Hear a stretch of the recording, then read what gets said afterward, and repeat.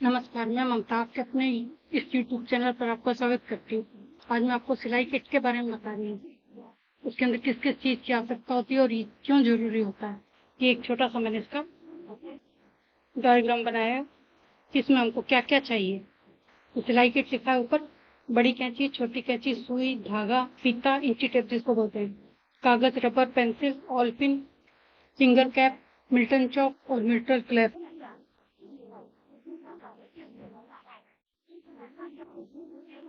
ये सिलाई किट के दो चार पॉइंट हैं मेन में, वही वही मैंने आपको इसमें बताए हैं।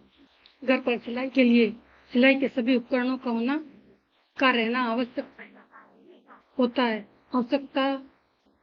आवश्यक रूप से उसके मैंने मेन पॉइंट सिलाई किट के लिए जो जरूरी है वही लिखे हैं।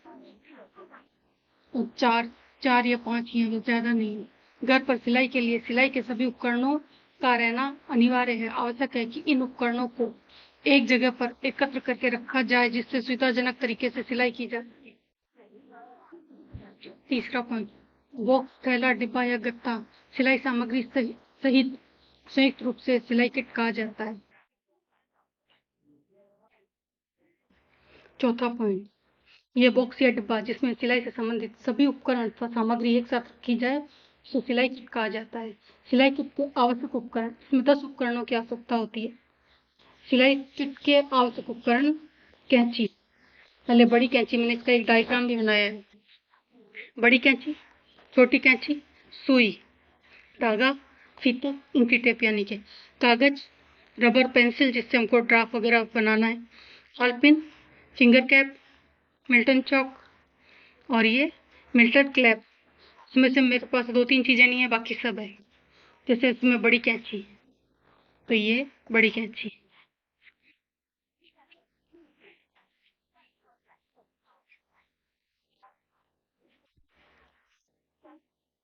दूसरा था छोटी कैंची, ये छोटी कैंची रही।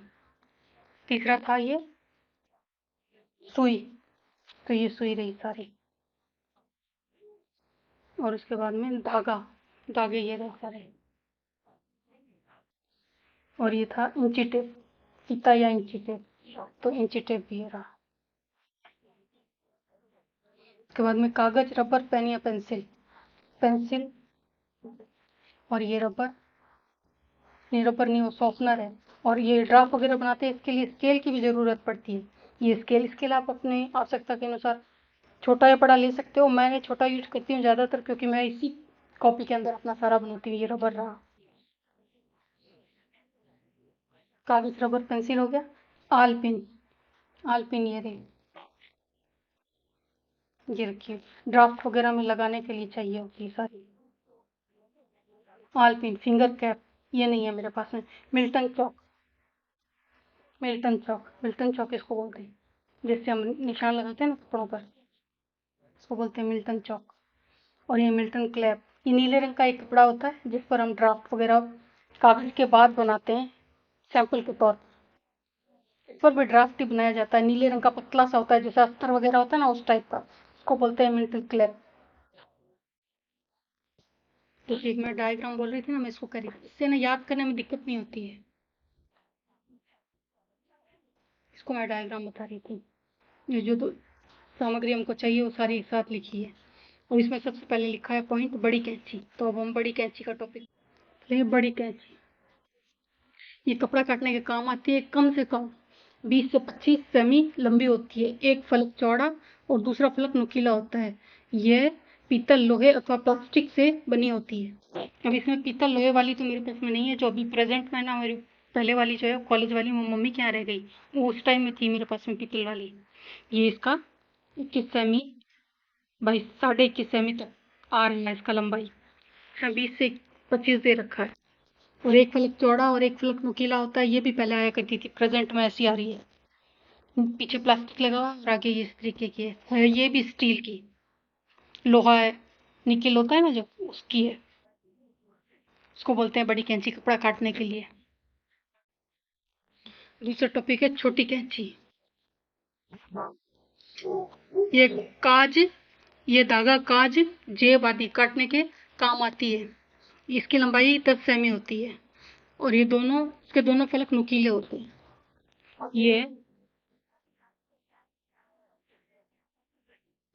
12 सेमी की, और ये प्रेजेंट में जो चल रही है ना वो कैंचियाँ ये है।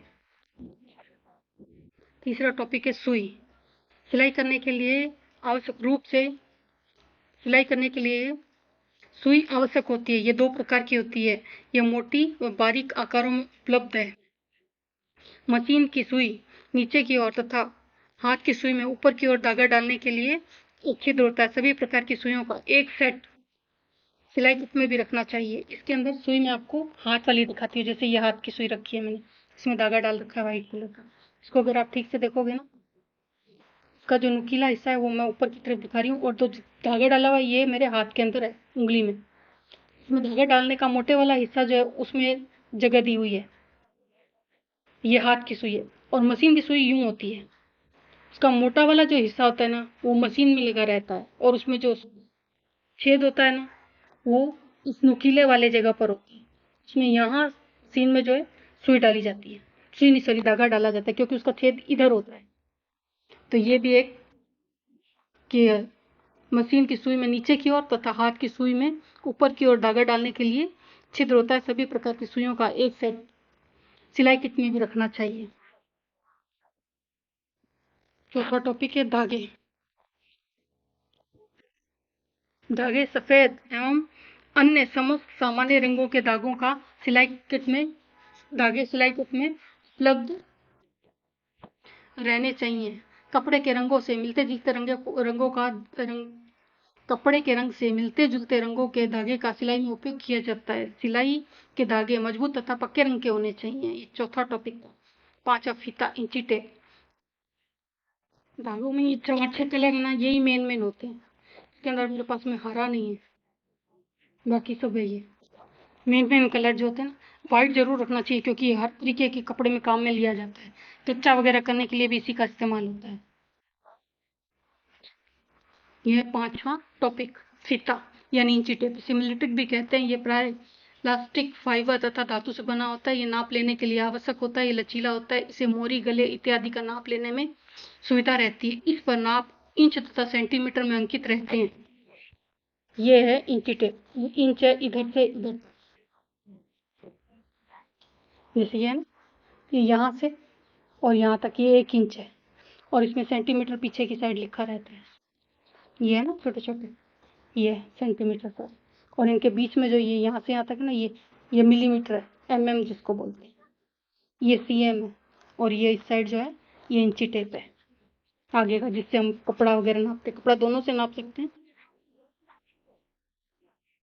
छोटा टॉपिक है कागज, रबर, पेंसिल। वस्त्रों का आकार अथवा आकार तैयार करने के लिए कागज अथवा पेंसिल का उपयोग किया जाता है। रबर द्वारा आवश्यकतानुसार पेंसिल के चिन्हों को मिटाया जा सकता है। अब रबर काम में ले रहे हैं, ये है रबर मिटाने वाला, और पेंसिल, और ये स्केल। अगर पेंसिल और रबर है तो स्केल भी चाहिए लाइन खींचने के लिए, और पेंसिल ले रखी है तो आपको शॉर्पनर भी चाहिए होगा पेंसिल छीलने के लिए। तो ये तीनों चारों चीजें ये रही।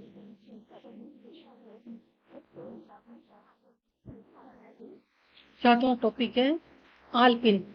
पीतल की बनी ये पिनें वस्त्रों की सिलाई अथवा कटाई के लिए बहुत उपयोगी होती है। लकड़ी के बोर्ड अथवा मेज पर कपड़ा रख कर ये पिनें लगाई जाती है, जिससे कि कटाई करते समय पिनें इधर उधर न खिसके। पिन को पिन को पिन कुशन में लगा कर रखना चाहिए। पिन कुशन एक छोटा सा तकिया होता है, सिराना जैसा, हम सिर के नीचे रखते हैं, और उसमें पिन को इस तरीके से घुमा दो तो वो इधर उधर घूम नहीं होती है। यह एक छोटा सा 7 नंबर वाला। पीतल की पिनें पहले आया करती थी, अभी स्टील की आती है, जैसे ये है। फैशन के लिए अगर आपको लगता है कुछ, जैसे छोटे छोटे मोती आते हैं ना, ऐसे मोती लगा के रख दो। रेडीमेड कमीज वगैरह भी खरीद के लाते हैं ना मार्केट से, जेंट्स वगैरह हो, उसमें बहुत सारी लगी रहती है इस टाइप की। ये है आलपिन, ये स्टील की हैं।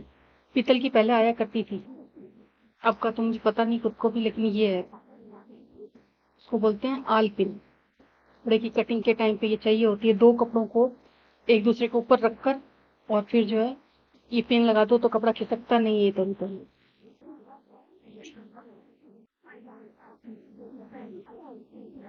8वां पॉइंट है फिंगर कैप।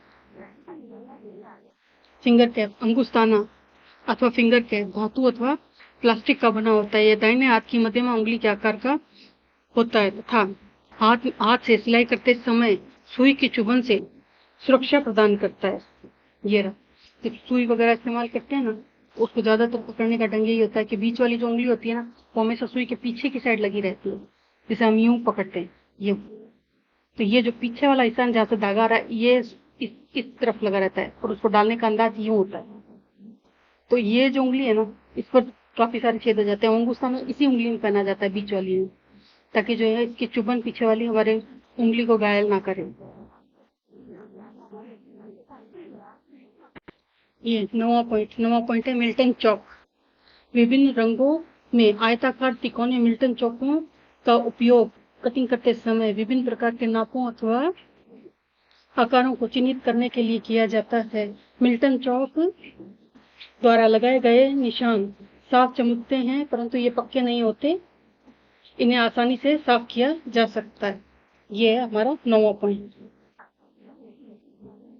मिल्टन चौक मैंने दिखाई थी, ये होती है मिल्टन चौक। और इसका निशान भी पक्का नहीं होता है। ये शायद खड़िया मिट्टी से बनती है, तो इसको जितना आसानी से लगाओगे ना, ये उतर भी जाएगा उतना ही आसानी से, जैसे यूं लगाया। और हल्का सा थपथपाओगे ना, तो ये फट से हट जाएगा। और पानी में से निकाल दो, जब कपड़ा धोते हैं तो एक बार से निकालते हैं ही, तो ये आसानी से साफ हो जाता है, रहता नहीं है इसके अंदर। खड़िया मिट्टी का बना होता है ये, जहाँ तक मेरे को पता है ना। ये हो गया हमारा आज का 9वां पॉइंट। अब ये लास्ट और आखिरी 10वां पॉइंट, मिल्टन क्लैप। ये हमारा सिलाई किट का आखिरी पॉइंट, मिल्टन क्लैप। ये नीले रंग का कपड़ा होता है। इसका प्रयोग नाप एवं कटिंग को सिखाने के लिए किया जाता है। ये पतला सा होता है, जैसा ये दिखा रही। ये पीछे से उंगलियां वगैरह सब दिख रही है, और उंगलियों के जो लाइनें हैं वो भी दिख रही है। इसको जो है नाप वगैरह में इस्तेमाल किया जाता है। इसको बोलते हैं मिल्टन क्लैप। कोई नमूना वगैरह होता है कागज पर तो फटफटा जाता है, ज्यादा टिकता नहीं है। उस पर कटिंग करके रखो, लंबा चलता है। कटिंग करके किसी पॉलिथीन में या बॉक्स वगैरह में सारे कटिंग एक जगह इकट्ठा कर दो, तो ये बहुत लंबा चलता है। मेरे पास में पुराना सामान है नहीं 11th का, नहीं तो मैं आपको दिखाती। ये हो गया हमारा आज का पॉइंट, सिलाई किट का आखिरी।